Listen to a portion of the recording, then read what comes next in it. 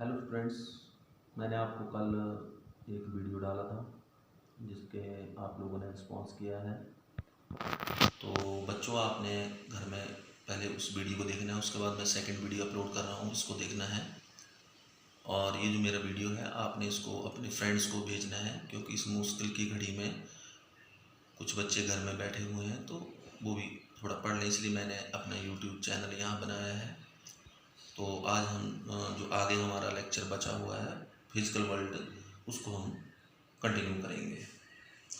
तो कल हमने अबाउट फिजिक्स के बारे में हमने स्टडी किया कि फिजिक्स जो है वो ब्रांच ऑफ फिजिक्स जो है, ब्रांच ऑफ साइंस है जो कि नेचर के साथ डील करती है।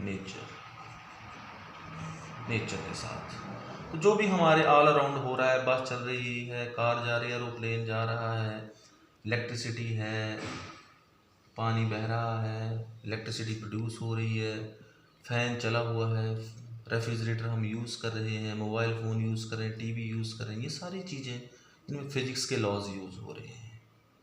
तो हम लोग जो है फिजिक्स की बात करेंगे कि how the physics is related to physics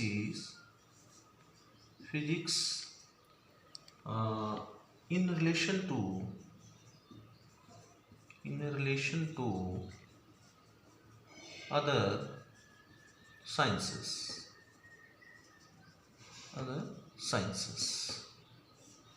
As you know, physics is also the branch of science.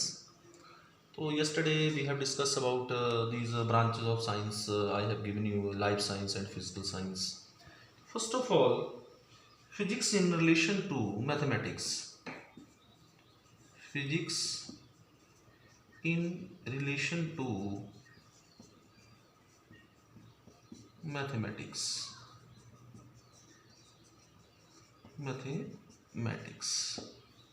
तो मैं तो ये बोलूँगा कि mathematics is the tongue of physics. Mathematics the tongue of physics. By using mathematics we can prove the laws of physics. By using mathematics we can prove the laws of physics. Means physics के जो laws हैं वो हम prove करेंगे, तो mathematically prove करेंगे।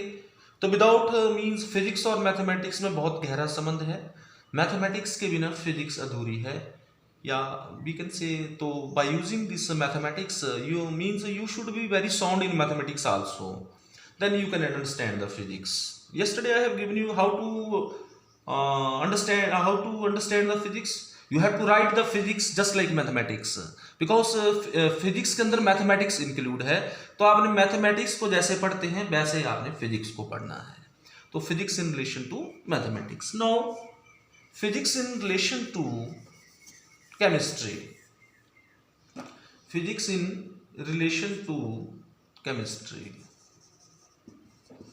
Chemistry के साथ क्या रिलेशन है बेटा? आप लोग एटॉमिक स्ट्रक्चर के बारे में पढ़ेंगे। एटॉमिक स्ट्रक्चर मींस एटम का कैसा स्ट्रक्चर है। तो हमारे पास पावरफुल माइक्रोस्कोप, इलेक्ट्रॉन माइक्रोस्कोप्स हैं, हमारे पास फिजिक्स से बनी हुई डिवाइसेस हैं जिससे कि हम एटॉमिक स्ट्रक्चर स्टडी कर सकते हैं। हम लोग जो है वो क्या बोलते हैं, एक्स-रे डायफ्रैक्शन हो गया, एक्स-रे डायफ्रैक्शन हो गया, रेडियो एक्टिविटी हो गया। तो यहाँ पर हमारी जो फिजिक्स है वो यूज होगी केमिस्ट्री को अंडरस्टैंड करने के लिए। तो केमिस्ट्री को अंडरस्टैंड करने के लिए किसकी जरूरत पड़ेगी? फिजिक्स की। तो physics is also related with the chemistry. Means chemistry में भी हम लोग atomic structure, X ray diffraction etcetera, ये चीजें हम लोग क्या करेंगे? स्टडी करेंगे। Now physics is in relation to biological science. Biology लिख लीजिए, कोई प्रॉब्लम नहीं। Biology, how the physics is related to this biology. तो हमारे पास कंपाउंड माइक्रोस्कोप होता है। कंपाउंड माइक्रोस्कोप, तो कंपाउंड माइक्रोस्कोप से हम लोग प्लांट्स की स्टडी करते हैं, हम लोग जो है वो उनसे चीज़ें छोटी छोटी चीज़ों को देखते हैं, ऑर्गेनिज्म देखते हैं, माइक्रो ऑर्गेनिज्म को देखते हैं, तो वहाँ पे हमारा कंपाउंड माइक्रोस्कोप यूज होगा। उसके बाद स्ट्रक्चर ऑफ इलेक्ट्रॉन माइक्रोस्कोप है। इलेक्ट्रॉन माइक्रो बहुत पावरफुल होता है ये इलेक्ट्रॉन माइक्रोस्कोप। इलेक्ट्रॉन माइक्रोस्कोप से हम लोग जो है वो सेल्स देख सकते हैं, सेल्स को देखेंगे। तो जब हम सेल्स को देखेंगे तभी हम उसकी स्टडी कर सकते हैं। तो इलेक्ट्रॉन माइक्रोस्कोप यूज करेंगे, कंपाउंड माइक्रोस्कोप यूज करेंगे। मेडिकल में हमारे पास मेडिकल डायग्नोस्टिक में हमारे पास जैसे एक्सरे है मशीन, लैब्स के टेस्ट करने के लिए मशीन्स होती हैं, MRI मशीन है, means lot of instruments that is given by the physics. Even for treating cancer there is a radioisotopes chemotherapy वगैरह करते हैं। मीन्स जो आपकी बायो है वो फिजिक्स के बिना अधूरी है। तो फिजिक्स जो है it is also in relation with biology. तो उसके बाद physics is relation to astronomy. Astronomy क्या होती है? एस्ट्रोनॉमी मीन्स हेवनली बॉडीज को स्टडी करना, एस्ट्रोनॉमी। तो हमारे ऊपर जो हेवनली बॉडीज उसको स्टडी करने के लिए हमने जो है वो पावरफुल टेलीस्कोप जो है यूज करते हैं। टेलीस्कोप हमारा USA में है, USSR में है, United state of Soviet Russia, USA, United state of America. यहाँ पर हमने पावरफुल टेलीस्कोप यूज करते हैं एस्ट्रोनॉमी, स्टार स्टडी करने के लिए, उनको देखने के लिए, इवन प्लैनेट्स को देखने के लिए। तो इस तरह से एस्ट्रोनॉमी में भी हमारा फिजिक्स का क्या है, रोल है। और फिजिक्स का अदर रोल्स जैसे हमारी जियोलॉजी है, मीट्रोलॉजी है, ओशिनोलॉजी है।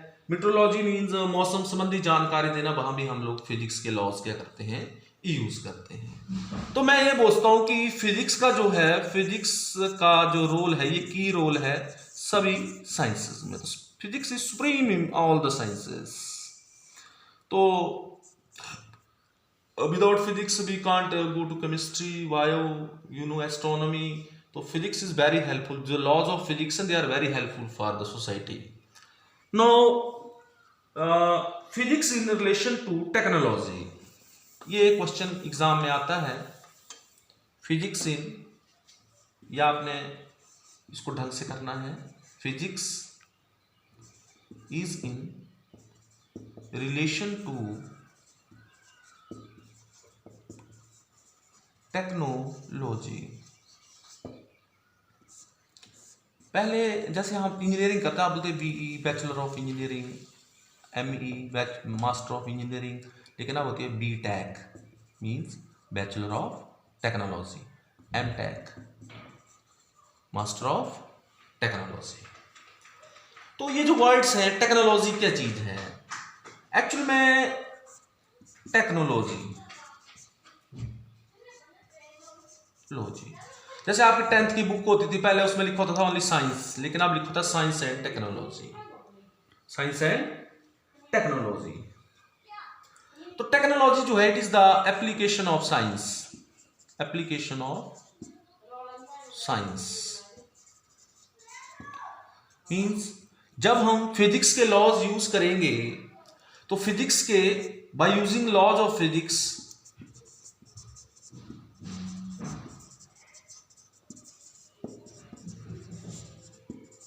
we can manufacture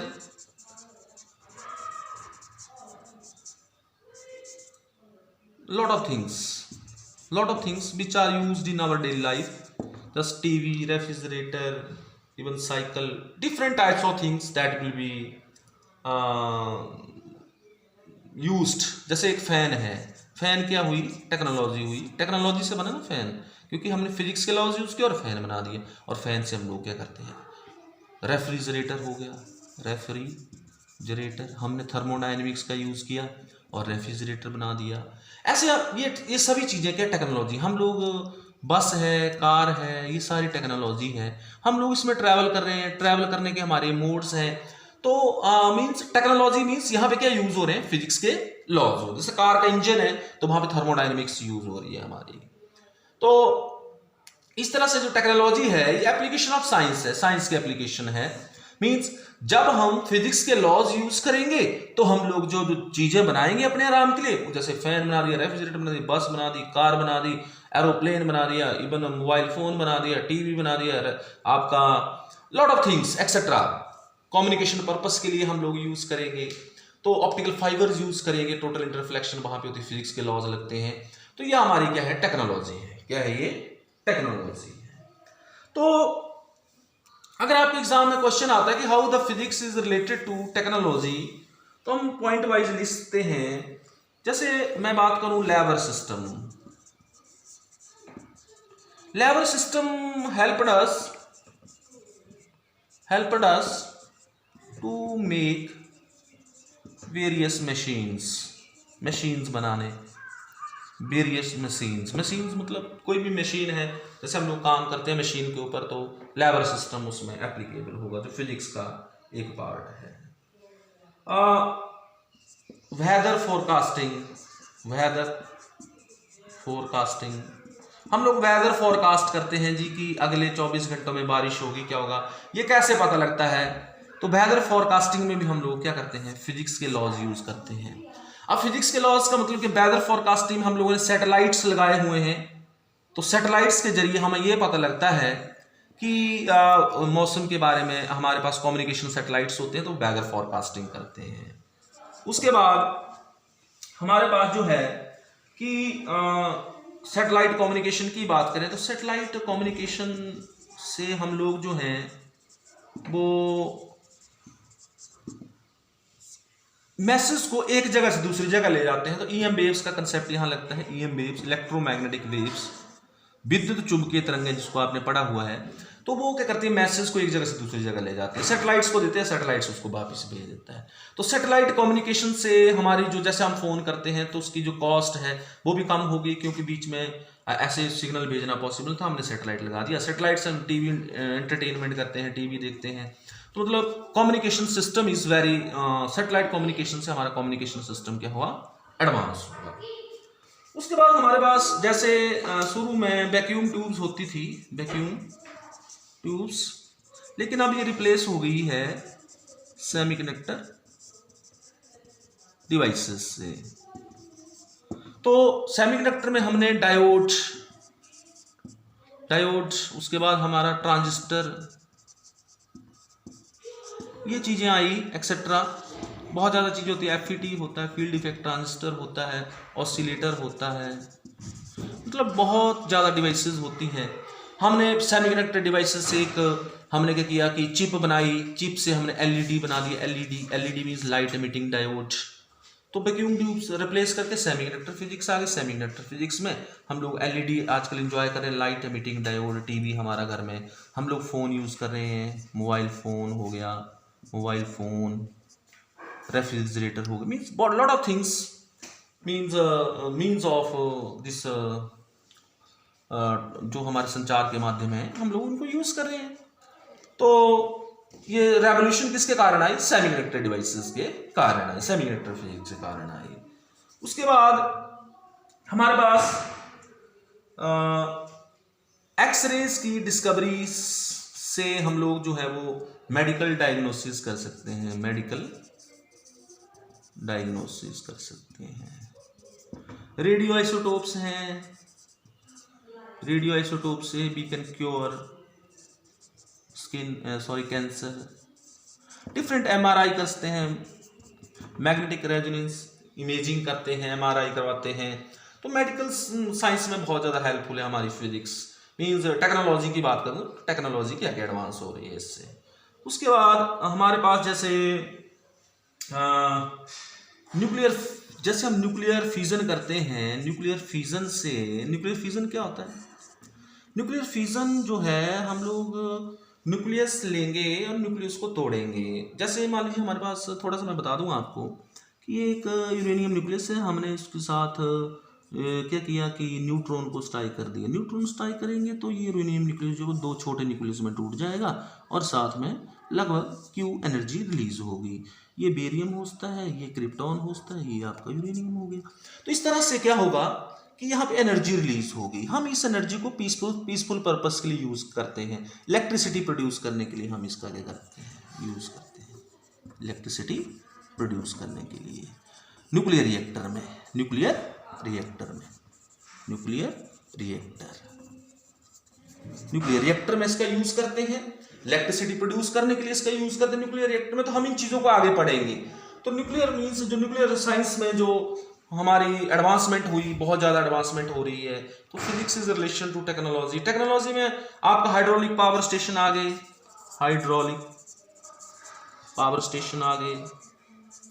thermal power station आ गए। इस तरह से थर्मल पावर स्टेशन, इवन मैं बात करूं इलेक्ट्रोमैग्नेटिक इंडक्शन की, इलेक्ट्रोमैग्नेटिक इंडक्शन ये फैराडे ने दी है हमारे पास, लॉज ऑफ इलेक्ट्रोमैग्नेटिक इंडक्शन। तो इलेक्ट्रिसिटी प्रोड्यूस हुई तो उससे कॉमन मैन भी क्या हो रहा है, बेनिफिट ले रहा है। कॉमन मैन भी बेनिफिट ले रहा है इस चीज से, इलेक्ट्रोमैग्नेटिक क्या इंडक्शन के प्रिंसिपल से। तो लॉट ऑफ यूजेस हैं। अगर हम इसकी गिनती करते जाएंगे तो आई थिंक ये खत्म नहीं होगा। जैसे हम बर्नौलीज थ्योरम हो रही है, एरोप्लेन्स की बात करें, एरोप्लेन जो हम लोग यूज करते हैं उसमें हमारी बर्नौलीज थ्योरम यूज हो रही है, प्रिंसिपल यूज हो रहा है, बर्नौलीज थ्योरम यूज हो रही है। ऐसे ही हमारे पास लॉट ऑफ डिवाइसेस है, लेजर है, हमारे पास ऑप्टिकल फाइबर्स हैं। ऑप्टिकल फाइबर से हमारा कम्युनिकेशन सिस्टम बहुत ज़्यादा एनहांस हुआ, ऑप्टिकल फाइबर। तो जैसे जैसे हम फिजिक्स को कंटिन्यू करते जाएंगे तो हम इन चीज़ों के बारे में पढ़ते जाएंगे। लेकिन अगर आपको आता है physics is relation to technology, तो you can write these points. Now इसका मतलब ये कि फिजिक्स जो है it is very helpful for eradicating the poverty and hunger from India. Physics is very helpful for eradicating